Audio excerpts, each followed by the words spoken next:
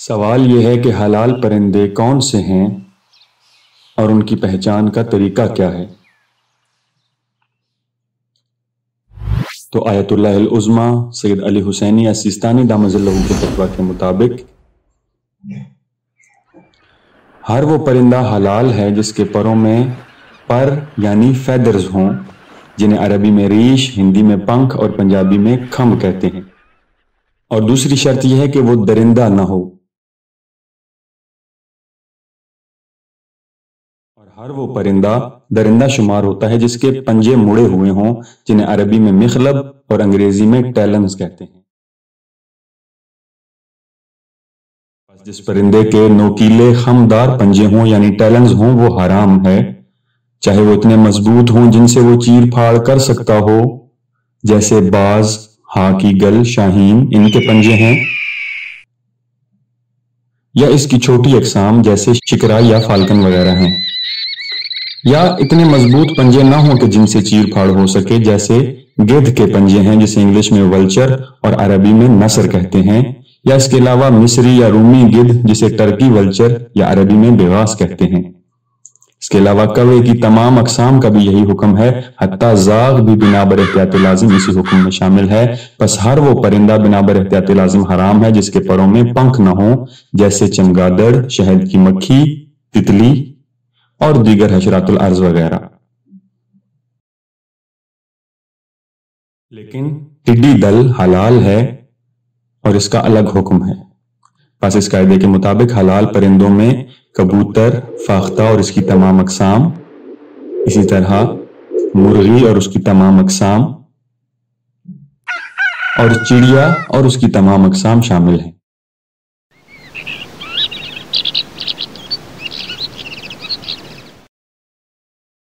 ان کے علاوہ چند دیگر حلال پرندوں کی بات کی جائے تو اس میں شامل ہے تیتر جسے عربی میں دراج اور انگلش میں فرینکولن کہتے ہیں، چکور جسے عربی میں کبج اور انگلش میں پارٹرج کہتے ہیں، کرلی ایک آبی پرندہ ہے جسے عربی میں کروان، انگلش میں کرلیو اور فارسی میں گیلان شاہ کہتے ہیں، تلور جسے خبارہ اور انگلش میں بسٹرڈ یا کچھ علاقوں میں سون چڑیا بھی کہا جاتا ہے، اس کے علاوہ سارس جسے کرکی، کرین اور پنجابی میں کونج کہتے ہیں۔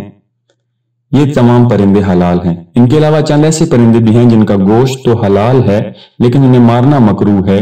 جن میں پہلا پرندہ ہے ہدہد جسے انگلش میں ہوپو کہتے ہیں، اس کے علاوہ ابابیل ہے جسے عربی میں خطاف اور انگلش میں سویلو کہا جاتا ہے، پھر پرندہ ہے نیل کنٹھ جسے عربی میں شکراک اور انگلش میں رولر کہتے ہیں،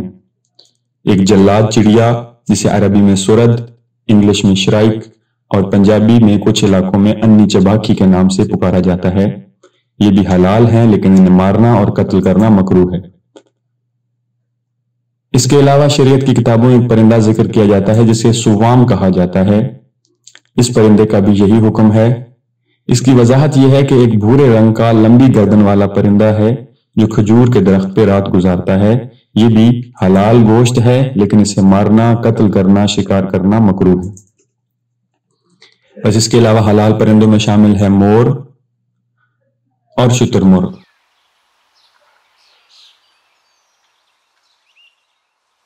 جبکہ حلال اور حرام پرندوں کی شناخت کے دیگر طریقوں کی اگر بات کی جائے تو اس میں اس کی پرواز شامل ہے، یعنی پرندے کی پرواز پہ نگاہ کی جائے کہ دوران پرواز اگر وہ پروں کو پھیلا کر زیادہ دیر رکھتا ہو اور پھڑپھڑاتا کم ہو، یعنی اس کے پروں کو پھیلانے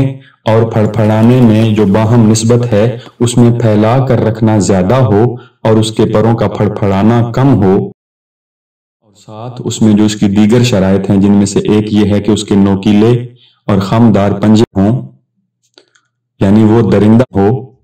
تو وہ حرام ہے۔ لیکن اگر دوران پرواز وہ پروں کو پھڑپھڑاتا زیادہ ہو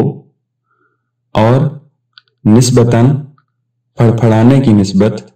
اپنے پروں کو پھیلا کر یا بے حرکت کم رکھتا ہو، اور اس میں دیگر شرائط بھی پائی جاتی ہوں جیسے کہ اس کے فیدرز یعنی ریش یا پنکھ ہوں،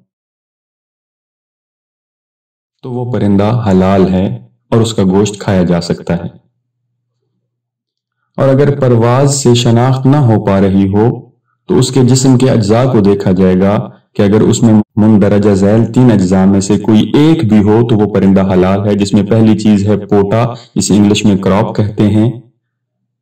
دوسری چیز ہے سنگدانہ جسے انگلش میں گیزرڈ کہا جاتا ہے، اور تیسری چیز ہے خار جسے انگلش میں سپر کہتے ہیں۔ شفيع الخلائق خير الأنام عليك